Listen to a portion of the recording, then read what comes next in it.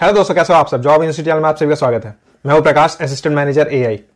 काफी banking aspirants को मैंने देखा है कि उनकी इंग्लिश एंड जनरल अवेयरनेस की सेक्शन सबसे ज्यादा वीक होती है। अब इसका रीजन क्या है, इस वीडियो में मैं आपको बताता हूं। देखिए, बैंकिंग की अगर बात करें, बैंकिंग के जो एग्जाम्स होते हैं उसमें मेनली 4 सेक्शन से ही क्वेश्चन पूछे जाते हैं। एप्टी यानी कि maths, reasoning, English and general awareness.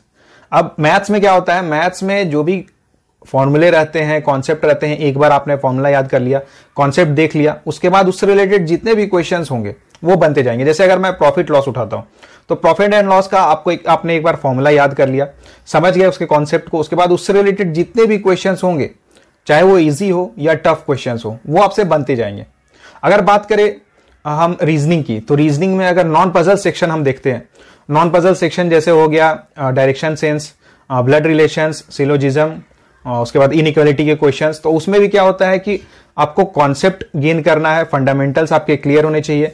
कोई आप वीडियो देख लो या किसी बुक से पढ़ लो उन कॉन्सेप्ट्स को, उसके बाद फिर जो भी क्वेश्चंस उससे रिलेटेड रहेंगे वो बनते जाएंगे। जैसे अगर मैं बात करूं अगर ब्लड रिलेशंस की या इनइक्वालिटी की, तो उसमें क्या है, आपने एक बार कॉन्सेप्ट आपको समझ में आ गया कि कैसे क्या करना है, क्या तरीका होता है सॉल्व करने का, उसके बाद जितने भी क्वेश्चंस उससे रिलेटेड रहेंगे, चाहे तो इजी क्वेश्चंस रहे चाहे टफ क्वेश्चन रहे, लेकिन वो आपसे बन जाएंगे।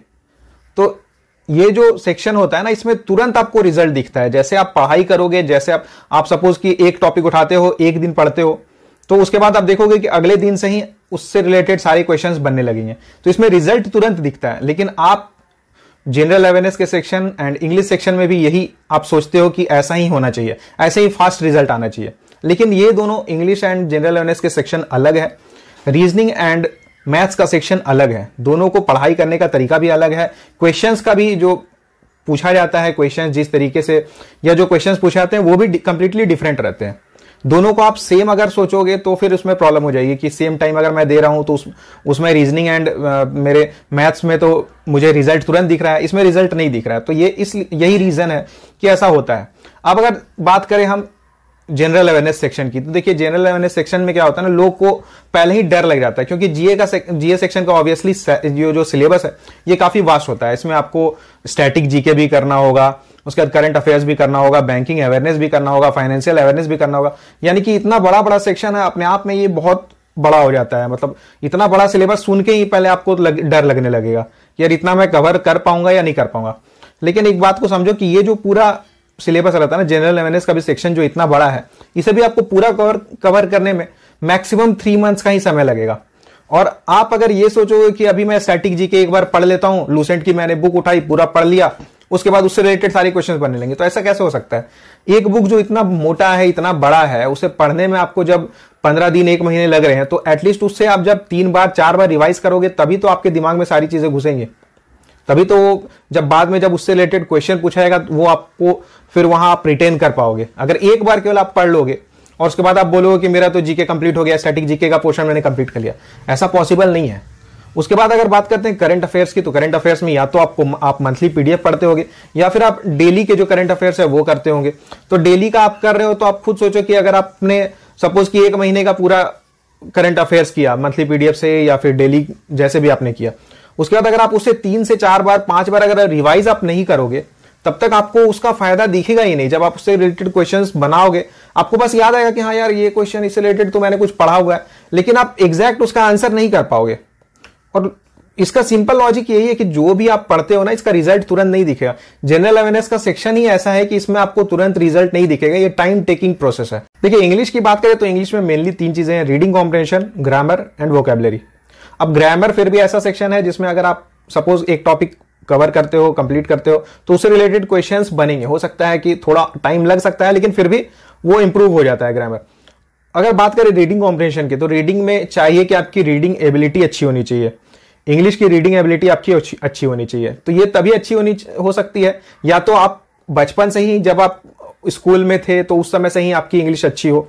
आप जिस स्कूल में थे वहां पे वो कंप्लीटली इंग्लिश मीडियम स्कूल था, वहां मतलब एक्चुअल में वो इंग्लिश मीडियम स्कूल था कि मतलब बात भी अगर टीचर्स के साथ करना है या स्टूडेंट्स आपस में भी अगर बात करते थे तो वो इंग्लिश में ही करते थे, तो आपकी इंग्लिश अच्छी होगी।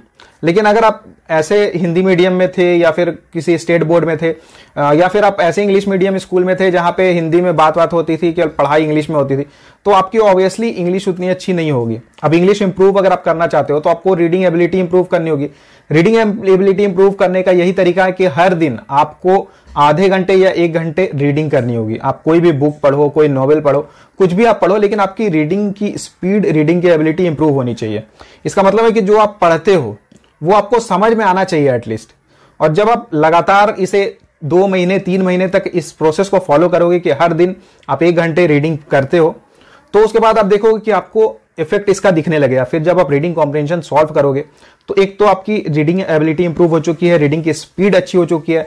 जब आप जैसे जैसे आप पढ़ते जा रहे हो आपको समझ में आता जा रहा है, पूरा पैराग्राफ आपको समझ में आएगा। उसके बाद उससे रिलेटेड जो क्वेश्चंस जब आप पढ़ोगे तो आपको तुरंत याद आएगा कि हाँ, ये चीज मैंने यहां पे पढ़ी थी, यहां पे कोई 2-3 लाइन था या फिर कोई ऐसा था उसके बारे में था, तो वहां से आप तुरंत आंसर वहां ढूंढ के और आंसर कर सकते हो। लेकिन अब बहुत लोगों के साथ क्या होता है कि 10 दिन वो डेली रीडिंग करते हैं, डेली 1-1 घंटा उन्होंने रीडिंग किया, 10 दिन किया, फिर वो बोलेंगे कि इंप्रूवमेंट नहीं हो रही है। तो इंप्रूवमेंट दिखेगी ही नहीं, क्योंकि ये जो प्रोसेस है ये टाइम टेकिंग प्रोसेस है। इंग्लिश एंड जनरल अवेयरनेस का सेक्शन टाइम टेकिंग प्रोसेस है, इसलिए इसमें घबराने की जरूरत नहीं है।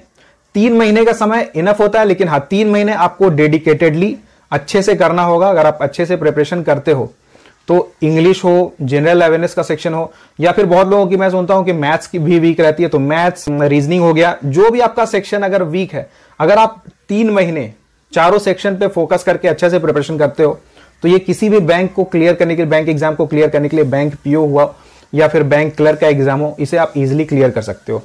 ओके, और मैक्सिमम टू मैक्सिमम आपको अगर लगेगा भी टाइम ना तो 4 मंथ्स का लगेगा। लेकिन हाँ, बस इसमें ये चीज है कि गैपिंग नहीं होनी चाहिए। ऐसा नहीं कि एक दिन आपने 8 घंटे पढ़ लिए, दूसरे दिन आपने 2 घंटे पढ़ाई किया, तीसरे दिन आपने पढ़ाई नहीं किया और फिर 4 महीने ऐसा हो गया तो आप बोलोगे कि 4 महीने मैंने पढ़ाई किया, मुझे कोई रिजल्ट नहीं दिख रहा है। तो ऐसा पॉसिबल नहीं है। इसलिए आपको डेडिकेटेड होके, फोकस्ड होके एंड परसिस्टेंट रहना होगा, कंटिन्यूअस रहना होगा, तो ही आपका सिलेक्शन हो पाएगा। So all the best.